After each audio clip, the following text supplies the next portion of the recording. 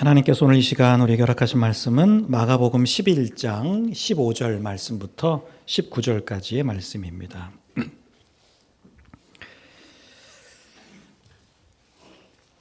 신약성경 마가복음 11장 15절 말씀부터 19절까지를 제가 봉독합니다. 그들이 예루살렘에 들어가니라 예수께서 성전에 들어가사 성전 안에서 매매하는 자들을 내쫓으시며 돈 바꾸는 자들의 상과 비둘기 파는 자들의 의자를 둘러엎으시며 아무나 물건을 가지고 성전 안으로 지나다님을 허락하지 아니하시고 이에 가르쳐 이르시되 기록된 바 내 집은 만민이 기도하는 집이라 칭함을 받으리라고 하지 아니하였느냐. 너희는 강도의 소굴을 만들었도다 하시매 대제사장들과 서기관들이 듣고 예수를 어떻게 죽일까 하고 꾀하니 이는 무리가 다 그의 교훈을 놀랍게 여김으로 그를 두려워하밀러라. 그리고 날이 저물매 그들이 성 밖으로 나가더라. 아멘. 자, 우리 같이 지난주에 같은 말씀을 가지고 첫째로 의도가 변질되면 죄가 된다는 말씀, 또 지난주에는 예배 장소에서 예배되게 하라 이런 말씀을 나누었고요. 자, 오늘은 세 번째로 본질을 구한다고 해서 모두가 좋아하는 건 아니다 이런 말씀을 나누겠습니다. 자, 예수님께서 성전 안에서 매매하는 자들을 내쫓으시고 돈 바꾸는 자들, 또 비둘기 파는 자들의 어떤 의자와 상들을 둘러엎으시면서 아무나 물건을 가지고 성전 안으로 지나다님을 허락하지 않으시면서 내 집은 만민이 기도하는 집이다. 칭함을 받으리라고 하지 않았느냐. 너희가 강도의 소굴을 만들었다. 이렇게 소리치셨습니다. 자, 그러자 이런 행동을 한 예수님으로 말미암아 성전이 당연히 발칵 뒤집혔겠죠. 자, 요즘 같으면 왜 이렇게 예민하시냐 뭐 이렇게 댓글이 달렸을 겁니다. 자, 그도 그럴 것이 그동안 사실 성전을 찾는 사람들만 피해를 보았죠. 울며 겨자 먹기라고 하죠. 뻔히 알면서도 그냥 피해를 당하고 이렇게 있었는데 이게 이제 관례로 해왔던 일들이죠. 뭐 하나님께 예배드리러 가면 당연히 뭐 거기서 조금 비싸지만 뭐 돈도 바꿔야 되고 또 이렇게 재물도 이렇게 바꿔야 되는 뭐 그런 일들을 알고 있었다라고 하는 거죠. 누이 좋고 매부 좋다. 이게 뭐 꼭 좋은 말은 아닌데 뭐 이런 말처럼 파는 사람도 좋고 제사장들도 좋고 누구도 이 일을 제기하지 못했는데 예수님께서 이 일을 제기하신 정도가 아니라 이렇게 완전히 그 모습을 뒤집어 엎으셨기 때문입니다. 자, 아마도 거기 있던 백성들 그리고 멀리서 온 그 유대인들은 굉장히 좀 그 통쾌함, 우리가 묵은 채증이 내려간다고 하죠. 쭉 내려가는 그런 시원함과 통쾌함을 느꼈을 겁니다. 왜냐하면 평소에 자기들이 하고 싶었던 말, 행하고 싶었던 행동이었기 때문인 것이죠. 그런데 감히 하지 못했어요. 왜냐하면 잘못했다가 자기들이 또 개인적으로 피해를 볼 수도 있었기 때문에 이 사람들도 아는 거예요. 이게 왜 이렇게 물건이 비싸지? 왜 이렇게 재물이 비싸지? 알고 보니까 뭐 그런 거. 이미 공공연한 이렇게 다 아는 그런 내용이었다라고 하는 거죠. 자, 그런데 예수님이 문제를 정확하게 짚어내실 뿐만 아니라 아주 분명하게 지적하면서 그 모든 사람들을 쫓아내시니까 대다수의 사람들이 박수를 쳤을 겁니다. 자, 그렇다고 해서 그런 예수님의 모습을 모두가 다 좋아한 건 아닙니다. 오늘 말씀 18절에 보면 예수님이 그렇게 성전에서 장사하는 사람들 내쫓으시니까 대제사장과 서기관들이 어떻게 했다고 그랬죠? 예수를 어떻게 죽일까 궁리하기 시작했다고 했습니다. 여러분, 성전 관리 권한을 갖고 있었던 대제사장들과 이 서기관들, 자, 그런 사람들이 이 예수님이 어떤 이런 성전 안에서 막 어떻게 보면 자기들의 권한인데 막 예수님께서 그렇게 행하시잖아요. 근데 그거를 막지를 못해요. 자기들 성전 수비대, 경비대 하는 사람들로 하여금 야, 저 예수를 막아라 이 말을 하지 못했다는 거죠. 그건 예수님 말씀이 맞기 때문이고 자기들이 잘못하고 있다는 걸 알기 때문입니다. 여러분, 그들이 예수님 좋아하지 않은 이유는 간단하죠. 말씀이 틀려서가 아니라 말씀이 너무 정확해서 예수님이 그 사람들을 향해서 하신 말씀이 너무 정확하고 그리고 하신 행동이 너무 하나님의 말씀에 합당하기 때문입니다. 그래서 이 사람들이 당장 무력으로 예수님을 딱 제지하지 못하고 뒤에서 예수님을 죽일 궁리를 하게 됩니다. 자, 오늘 말씀 18절에 보면 이들이 예수님을 두려워했다라고 했는데 예수님을 무서워한 게 아니라 예수님이 워낙 말씀을 잘하시고 그 말씀에 권위가 있고 하시는 행동이 정말 메시아와 같은 행동을 하시기 때문에 많은 백성들이 예수님을 따랐다는 거죠. 그래서 이들이 두려워한 건 예수님 자체가 아니라 예수님을 따르는 백성들 때문에 예수님을 두려워한 것뿐입니다. 여러분, 사실 성전 안에서 뜰이지만 성전 안에 장사를 합니다. 이런 사람들을 쫓아내는 건 누가 해야 되는 거예요? 이 원래는 대제사장과 이 서기관들이 해야 되는 일입니다. 자, 그러면 예수님이 그 일을 대신해 줬으면 감사하다고 고맙다고 우리가 해야 되는데 참 이런 관계 때문에 못했는데 해주셔서 고맙다고 이렇게 할 법도 한데 전혀 그러지 않죠. 오히려 기뻐하거나 반기지 않습니다. 그 이유는 여러 번 말씀드린 것처럼 이 성전이 강도의 소굴이 되는데 이 대제사장들과 서기관들이 공범이었기 때문에 그렇죠. 자, 예수님께서 성전을 깨끗하게 하신 것보다 이 대제사장과 서기관들의 관심 중요하게 생각하는 건 뭐예요? 자기들의 이익이 끊어진 거. 이거를 지금 더 중요하게 생각하는 거예요. 원래 대제사장과 서기관의 임무는 뭐예요? 성전을 잘 관리하고 백성들이 와서 편안하게 하나님 앞에 온전히 예배드릴 수 있고 이런 분위기를 만들고 관리하는 것이 이들의 이유와 목적인데 사명인데 예수님이 그 일을 해 주셨음에도 불구하고 이들은 뭐예요? 예수님을 죽이려고 했다. 왜? 자기들의 본연의 임무인 성전 관리가 아닌 예수님이 이렇게 행하심으로 자기들에게 들어올 수입이 없어진 이것에 대한 것에 더 많은 관심을 가졌기 때문이라고 하는 거죠. 그러니까 이런 모습을 보면 이 시대의 성전과 신앙이 어느 정도였는지 짐작할 수가 있습니다. 이처럼 예수님이 좋은 일을 하셨고요. 하나님의 말씀에 맞는 말씀과 행동을 하셨다고 해서 모두가 예수님을 좋아하거나 칭찬하지 않았습니다. 진리를 외면한 사람들 그리고 하나님을 우습게 아는 사람들로 인해서 오히려 이것이 예수님이 십자가를 지시는 결정적인 이유가 됩니다. 그들에게 말이죠. 여러분, 이런 말씀들을 접할 때 보면 우리가 우리의 삶의 자리에서 우리가 믿음으로 살고 또 진리를 따라서 살고 하나님의 말씀대로 행한다고 해서 여러분 모든 사람들이 칭찬해주고 격려해주고 인정해주고 박수를 쳐주는 건 아님을 알 수 있습니다. 여러분, 우리가 원래는 그래야 되잖아요. 내가 진리를 따라 살고 하나님 말씀대로 살고 세상으로 말하면 도덕적으로 윤리적으로 잘 살면 사람들이 잘한다, 정말 최고다 이렇게 인정도 해주고 그래야 되는데 다 그런 건 아니라는 겁니다.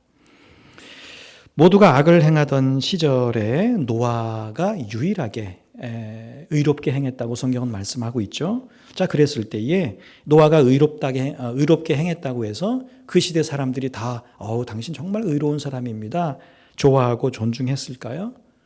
여러분, 그랬다면 그 시대가 악한 시대도 아니죠. 여러분, 요셉이 바르게 행했다고 해서 그가 늘 탄탄대로를 걸었습니까? 여러분, 요셉이 보디발의 장군의 거기서 얼마나 열심히 일했습니까? 정말 최선을 다해서 자기 집처럼 그렇게 최선을 다해서 종이었지만 그렇게 일했잖아요. 오죽했으면 그 주인이 그를 인정해서 가정의 총무로 삼았겠습니까? 자, 그런데 그렇게 성실하게 최선을 다해서 섬겼던 결과가 결국은 보디발 아내의 무고한 고소로 감옥에 갇히는 결과를 얻게 됩니다. 감옥에 갔어요. 술 맡은 관원장 꿈 해몽해 줍니다. 그를 도와줍니다. 여러분, 그랬다고 해서 이 술 맡은 관원장과 함께 이 요셉이 금방 옥에서 풀려났습니까? 도움을 받았던 이 관원장 감옥 나가자마자 요셉을 까맣게 잊어버리고 맙니다. 여러분, 모세가 하나님의 말씀을 대언하죠. 그리고 하나님이 이스라엘 백성들을 그 자리에서 죽이려고 그러셨어요. 그럴 때마다 모세가 늘 하나님 앞에 엎드려서 하나님, 이렇게 죽이시면 어떡하냐. 그 애굽에서부터 열재앙을 통해서 홍해를 건너서 이렇게 왔는데 지금 여기서 광야에서 이렇게 다 죽이시면 이방 사람들이 뭐라고 하겠냐. 하나님 별 수 없다. 그렇게 열재앙 홍해 그렇게 건너게 해놓고선 결국은 하나님도 이 백성을 죽이려고 데리고 나왔구나 이렇게 이야기하지 않겠냐고. 하나님, 그러시면 안 된다. 용서해달라고. 그렇게 하나님 앞에 엎드렸습니다. 여러분, 그래서 결국 이스라엘 백성들이 살게 되죠. 물론 이제 광야에서 다 죽게 되지만 그 즉시 죽는 일은 면하게 됩니다. 여러분, 그렇다고 해서 이스라엘 백성들이 모세에게 감사합니다. 우리의 생명을 구해주셔서 감사합니다. 그러면서 그 이후에 늘 모세가 하는 말에 순종했습니까? 그러지 않아요. 말끝마다 불순종하고 원망하고 무슨 일만 생기면 쪼로록 모세 앞에 와서 원망하고 그 모세가 하나님 말씀 대언할 때 하나님에 대해서 불평하고 여러분 그러지 않았습니까? 블레셋의 장수 골리앗 엄청난 거인이라고 했죠. 이 사람이 하나님과 이스라엘을 욕합니다. 아주 무시합니다. 전장에서. 그런데 워낙 거인이고 힘세고 무기가 크다 보니까 그 예전 전쟁은 그러지. 물론 우르르 나가서 싸우는 것도 있지만 저쪽 장수 한 명 나오고 이쪽 장수 한 명 나와서 둘이 싸워서 이기면 한쪽이 이기는 뭐 이런 전쟁도 있었을 텐데 골리앗이 나오라는 거예요. 나랑 붙을 사람이 있으면 한 명도 못 나가죠. 이스라엘 백성들 가운데. 왜? 너무 거인이고 나가봐야 질 게 뻔하기 때문에 모두 두려워하고 있을 때 다윗이 나가서 물맷돌로 그 골리앗을 넘어뜨리죠. 여러분 얼마나 큰 일입니까? 이스라엘 그 당시에 왕이었던 사울 왕과 이스라엘 입장에서 보면 야 이게 나라의 명예를 되살린 그런 일이고 체면을 세워준 일입니다. 그래서 다윗이 그렇게 골리앗을 쓰러뜨리고 전쟁에서 승리를 하게 됐다면 그 시대 왕이었던 사울 왕은 어때요?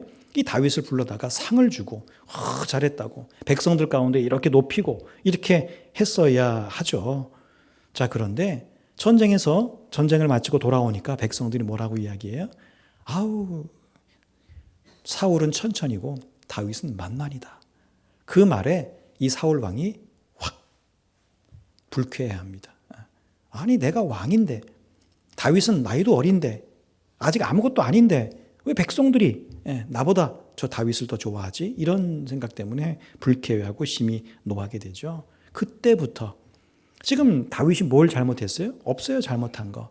나라에 큰 공을 세우고 하나님 욕하는 그런 골리앗을 물리쳤을 뿐인데 그때부터 다윗은 사울의 적이 돼서 사울의 미움을 받게 되고 죽기까지 이 사울이 죽이려고 따라다니는 그런 계기가 그런 일이었다는 거예요. 여러분 구약에 보면 선지자들 예언자들이 많이 나오는데 이 왕들의 시대에 하나님의 말씀을 받은 선지자들이 왕과 백성들에게 자기 말이 아니라 자기 생각이 아니라 하나님의 생각과 하나님의 말씀을 이렇게 선포하죠. 그래서 대언자라고 하잖아요.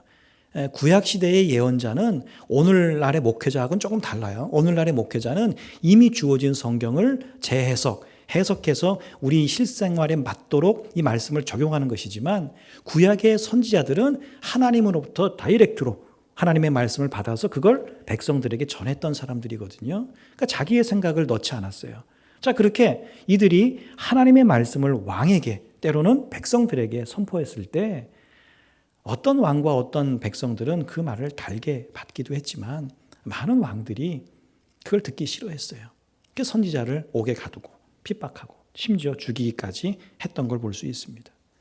여러분 오늘 말씀에 예수님도 그러하셨고요. 전도자의 삶을 살았던 베드로를 비롯한 사도들, 바울, 또 지난 2000년 동안 정말 하나님의 말씀을 전했던 수많은 그리스도인들도 이 복음의 진리를 전했다는 이유로 욕먹고 갇히고 심지어 죽임을 당하기도 했습니다.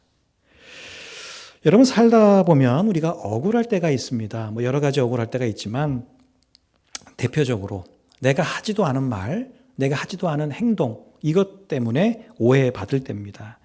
나는 그런 말을 한 적이 없어요. 그런데 왜 그런 말을 했냐고 와서 따지면 참 이거 황당하죠? 어이가 없습니다. 나는 그런 행동을 한 적이 없어요. 그런데 왜 그랬냐고 하면 너무 억울합니다.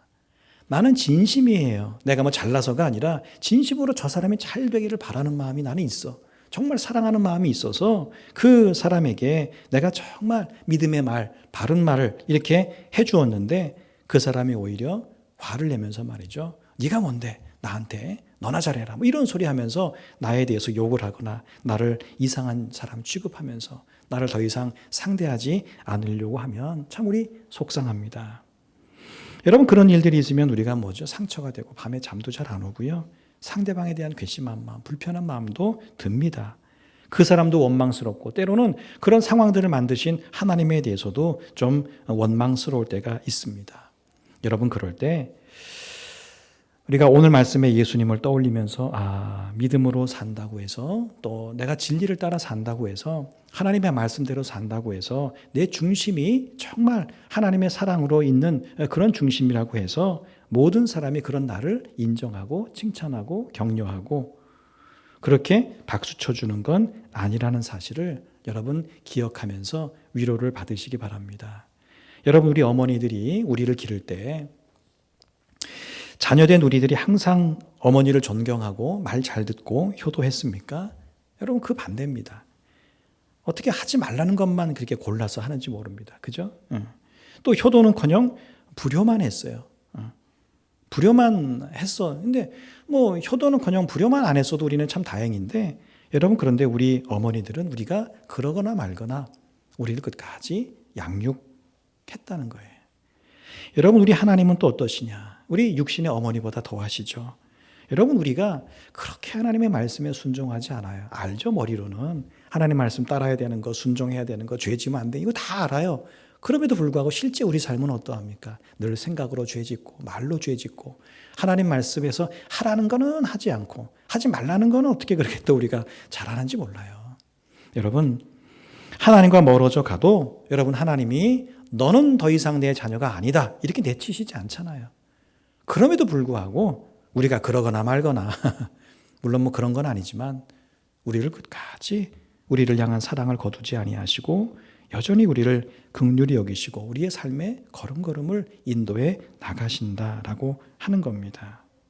여러분 그래서 내가 지금 하나님의 말씀이라고 하는 기준, 성경은 기준이라고 했죠. 하나님의 말씀이라고 하는 기준에 합당하게 말하고 행동을 했다라고 하면 여러분 우리는 누가 뭐라고 해도 주눅들지 말고 당당하게 그 말과 일들을 지속해 나갈 필요가 있습니다.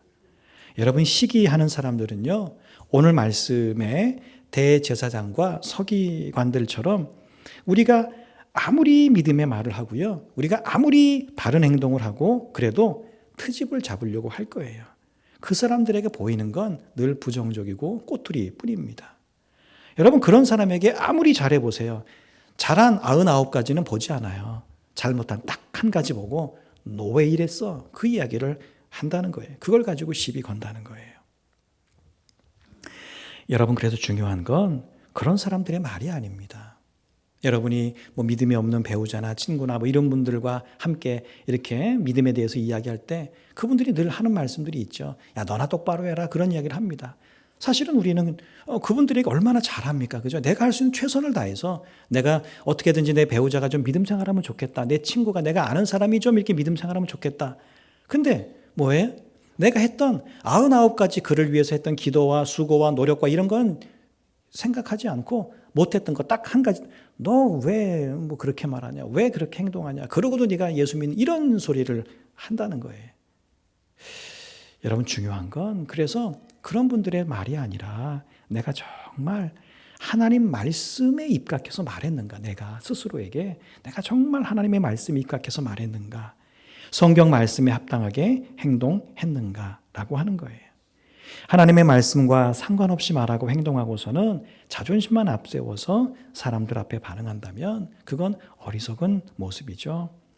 어떤 집사님이 목사님에게 와서 불평을 했습니다. 목사님, 제가 교회에서 바른 말을 좀 이렇게 했더니 사람들이 다 저를 싫어합니다. 내가 바른 소리를 좀 여기저기서 이렇게 했더니 사람들이 자기를 싫어한다는 거예요. 예수님도 바른 말씀 하시다가 핍박을 받으셨으니까 저도 지금 예수님 길 가는 거 맞죠? 이렇게 물었어요. 자, 그랬더니 그 목사님 대답했어요. 집사님, 예수님은 진리 때문에 미움을 받으셨지만 우리 집사님은 그 말투 때문에 미움받는 것 같아요. 그랬다는 거예요. 여러분 우리가 그럴 때가 굉장히 많죠. 언젠가도 말씀드렸어요. 우리가 상처받는 건 저 사람이 하는 옳은 말 때문에 상처받는 게 아니죠. 그의 어떤 표현들, 그의 어투들, 그의 어떤 그런 것들 때문에 우리가 상처받을 때가 굉장히 많이 있다는 거예요. 여러분 그래서 우리가 사람들의 말에 좌우되지 않으려면 우리의 생각과 말과 행동이 반드시 하나님 말씀에 합당해야 합니다. 표현까지도 말이죠. 여러분 오늘 말씀에서 예수님이 당당하셨던 이유가 바로 그것이죠. 강도의 소굴로 변한 성전을 깨끗하게 하는 것. 성전이 기도하는 집이다. 하나님의 말씀을 대언하는 것, 선포하신 것. 여러분, 이건 하나님의 말씀에 있는, 성경에 있는 그대로고요. 그렇게 하나님의 말씀대로 행하고 말씀하셨기 때문에 대제사장과 서기관들이 뭐 어떻게 죽일까 모의해도 아무 상관이 없는 거예요. 뭐 니네는 그래라. 나는 하나님께서 하신 말씀, 그 행동 하겠다는 거죠. 여러분, 생업과 직장과 세상 가운데서 여러분 당당하게 살고 싶으십니까? 뭐 돈 많다고 당당한 거 아닙니다. 뭐 높은 자리에 있다고 당당한 거 아니고요. 여러분 당당하게 살고 싶으시면 세상의 도덕과 윤리까지 다 들어있는 여러분 성경 말씀대로 살아가십시오. 하나님의 말씀대로 살아가면 우리는 세상 누구 앞에서도 뭐 속된 말로 꿀리지 않습니다. 당당할 수 있습니다. 누군가가 아무리 상처만 주는 말을 해도 내가 하나님의 말씀대로 살고 있으면 여러분 그게 상처가 안 됩니다. 돈 많은 사람에게 너 돈 없지? 여러분 그건 상처가 돼요, 안 돼요? 상처 안 됩니다. 근데 내가 돈이 없는데 너 돈 없지? 그러면 이게 상처가 됩니다. 내가 하나님의 말씀대로 잘 살고 있어요. 근데 누가 야, 그따위로 살아서 되겠어? 상처가 전혀 안 됩니다. 어떤 사람이 어떤 말을 해도 흔들리지 않으려면 여러분 먼저 우리가 하나님의 말씀에 합당하게 살고 하나님 앞에서 부끄럽지 않게 사는 삶이 먼저 우리에게 있어야 합니다. 그러면 고난이 올 때, 고난이 살다 보면 고난이 올 때가 있잖아요. 이 고난이 혹시 내가 뭔가 하나님 앞에 죄져서 그런가? 여러분 이런 고민하지 않게 되고요. 비록 고난이 와도 내가 믿음으로 사는데 하나님은 왜 내게 이런 고난을 주시는가? 여러분 하나님은 원망하지 않게 됩니다. 고난 가운데서도 이 고난 가운데 나를 향하신 하나님의 뜻과 인도하심이 있겠구나. 이걸 깨닫고 고난의 시간들이 더욱더 내 믿음을 깊게 하고 넓게 하는 시간들로 채워 나가게 될 겁니다. 여러분 보통은 은혜로운 말씀은 좋아해요. 우리가 그죠? 복이 된다, 은혜가 된다, 인도하신다, 보호하신다 다 좋아합니다. 근데 내가 바뀌고 내 생활이 바뀌어야 되는 말씀은 우리는 불편해합니다. 어떤 사람이 아파서 병원을 찾았습니다. 그랬더니 의사가 진찰 후에 그 환자에게 이런 이야기를 합니다. 지금 당장 생활 습관 바꾸지 않으면 위험합니다. 잘못하면 생명까지도 지장을 받을 수 있습니다. 이렇게 말하니까 환자가 막 화를 내는 거예요. 왜 기분 나쁘게 그런 말 하냐는 거죠. 왔으면 약이나 처방해주고 이렇게 해야 살 수 있다고 해줘야 되는데 왜 나로 하여금 이래라 저래라 그러냐 이거죠. 여러분 누가 잘못했을까요? 여러분이 의사는 환자가 미워서 그런 얘기한 거 아니죠. 의사의 소견으로 지금 하고 있는 이 생활을 그대로 계속 반복해 나가면 끝이 보이는 거예요. 어떻게 될지. 그 중단해야 된다. 바꿔야 된다는 거예요. 환자를 살리기 위해서 말했을 뿐입니다. 여러분 하나님의 뜻을 붙잡으면 사람의 박수 소리는 좀 사라질 수 있습니다. 그러나 나를 향한 하나님의 확증은 사라지지 않습니다. 여러분 우리는 매일 선택하면서 사는 거예요. 뭐와 뭐 사이에서 우리는 하나님의 뜻이냐 사람의 반응이냐. 성경적인 표현에도 하나 그런 게 있죠. 내가 사람에게 좋게 하랴 하나님에게 좋게 하랴. 물론 그건 사람에게 함부로 하라는 그런 의미의 말씀은 아닙니다. 여러분 우리는 그 둘 사이 선택하는 거예요. 내가 하나님의 사람들이 좀 좋아하지 않아도 하나님의 말씀대로 살 것이냐 아니면 하나님의 뜻은 좀 아니지만 내가 사람들이 좋아하는 모습으로 살 것이냐. 여러분 그때 하나님의 뜻을 선택하면 우리는 그만큼 우리 삶이 거룩해지는 겁니다. 여러분 거룩하겠다는 생각, 거룩하겠다는 어떤 다짐, 여러분 이게 우리를 거룩하게 만들지 않아요. 여러분이 운동하겠다는 생각이 여러분의 몸을 건강하게 만들지 않고 실제로 여러분이 여러분의 걸음을 갖고 걷든지 뛰든지 나가서 운동을 할 때 여러분의 육신이 건강해지는 것처럼 거룩해야지. 성경에 보니까 나도 거룩하니 너도 거룩하라. 하나님이 그렇게 말씀하셨으니까 거룩해야지. 여러분 생각하고 그럼 내가 앞으로 거룩하게 살아야지. 다짐만 한다고 해서 우리가 거룩해지는 게 아니라 매 순간 뭐예요? 하나님의 뜻을 선택하는 삶이 우리를 거룩하게 한다는 것을 꼭 기억하시기를 바랍니다. 그런 의미에서 보면 선택이 믿음인 거예요. 선택이 거룩한 거예요. 거룩한 사람 보세요. 왜 거룩하죠? 태어날 때부터 거룩한 게 아니에요. 삶의 순간에 늘 이걸 할 거냐 저걸 할 거냐 해서 하나님의 뜻과 말씀을 선택해. 기도할 거냐 말 거냐. 기도하면 성경 볼 거냐 말 거냐. 성경 보면 예배를 드릴 거냐 말 거냐. 예배를 드리면 내가 이렇게 할 거냐 저렇게 할 거냐. 하나님의 뜻을 따르면 여러분 우리는 그만큼 거룩해지는 거예요. 근데 그게 놀라운 거예요. 무서운 거예요. 여러분 그런 것들이 축적 모이면 그런 우리의 삶이 거룩한 삶, 거룩한 인생이 되는 것이지 대박은 없습니다, 여러분. 믿음은 심은 대로 거두게 되어 있어요. 내가 무엇을 차곡차곡 축적하며 심느냐에 따라서 우리의 인생과 우리의 삶이 거룩해지는 줄로 믿습니다.